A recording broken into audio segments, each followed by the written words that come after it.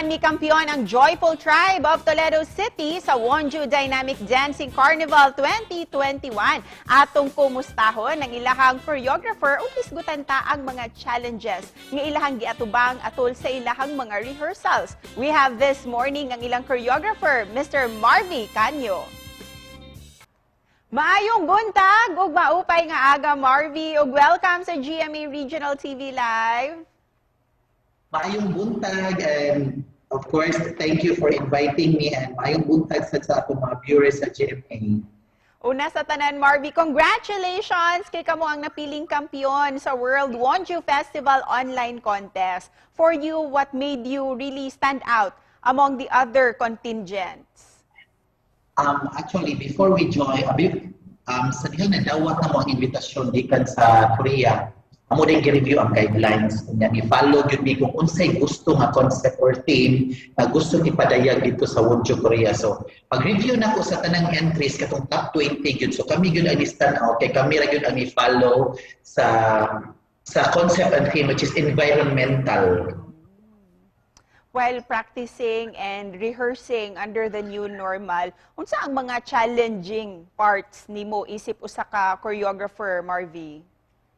Grabe ang challenges gyud, especially karon na new normal na setup. So unlike sa normal na setup na pwede ra ta makabunlod og mga dancers, mga performers without considering nga dili kayo nato i-consider ang ilahang mga physical abilities kana ilahang mga karon kay knowing Toledo is very compliant with the health protocols. At the same time, gusto sad sila na dili magmika ang mga batanon. Busa karong buntaga, Marvy, mamahimo bang ipakita nato diri sa ato ang programa ang mga highlights sa inyong performance? Yes, mga kapuso, please watch and enjoy amo ang performance sa Toledo, Joyful Tribe of Toledo City, the grand prize winner, the pride of Cebu, the pride of Philippines.